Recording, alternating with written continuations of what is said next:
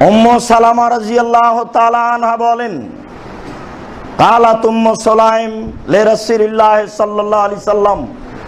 উম্মু সুলাইম একজন মহিলা আল্লাহর রাসূলের নিকটে বলছেন, ইন্নাল্লাহা লা ইয়াস্তাহি মিনাল হক্কি, নিশ্চয় আল্লাহ তাআলা সত্য কথা বলতে লজ্জা করেন না।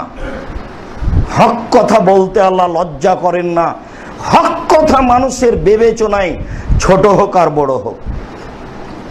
এই কথা বলার পরে তিনি বলছেন, হাল আলাল মারাতি আল গোসল আও মিন গোসলিন ইনহিতামালাত।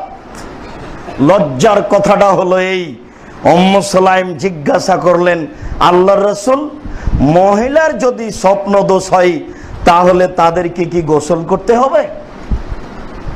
তারা নাম। আল্লাহ রাসূল বললেন, হ্যাঁ, মহিলাদের যদি স্বপ্ন দোষ হয় তাহলেও তাদের গোসল করতে হবে। কালাত উম্মু সালামা, তখন উম্মু সালামা বলেন, তাহাতালিমুল মারাত, মহিলাদের কি স্বপ্ন দোষ হয়? গাত্তাত রাসাহা বিসাওবিহা। এই কথা বলার পরে তিনি তার কাপড় দিয়ে মাথাটা ঢেকে নিলেন, লজ্জা প্রকাশ করলেন। রাসূলের সামনে এমন কথা কেমনে বলা যায়?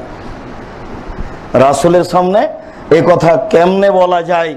যিনি বলছেন তিনি বাহিরের মহিলা, আর যিনি লজ্জা প্রকাশ করছেন তিনি হচ্ছেন আল্লাহ রাসূলের স্ত্রী। আল্লাহ রাসূলের স্ত্রী বললেন যে মহিলাদের কি স্বপ্নদোষ হয়? তখন তিনি বললেন, হ্যাঁ। এই কথা বলার পরে আবার বলছেন, তারেবাত এমিনুকে, উম্মু সালামা, তোমার ডান হাত ধুলায় ধূসরিত হোক। এরকম পর্যায়ে তিনি এইভাবে কথা বলেন। এটা একটা আরবি ভাষার পরিভাষা বলে থাকেন, তোমার হাতে মাটি লেগে যাক। তুমি বুঝতে পারো না?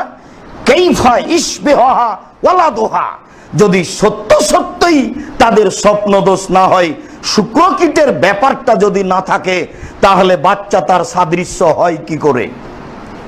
যখনই উভয়ের শুক্রকীট বাচ্চাদানিতে রেহেমে গর্ভে যাবে, তখন দুইটাই চক্র আকারে ঘুরতে থাকবে। ঘুরতে ঘুরতে যেটা পরে গলে যাবে, বাচ্চা তার মতো হবে, মায়ের মতো হতে পারে, পিতার মতো হতে পারে। রাসূল সাল্লাল্লাহু আলাইহি সাল্লাম এই অংশে এইভাবে বিবরণ পেশ করলেন।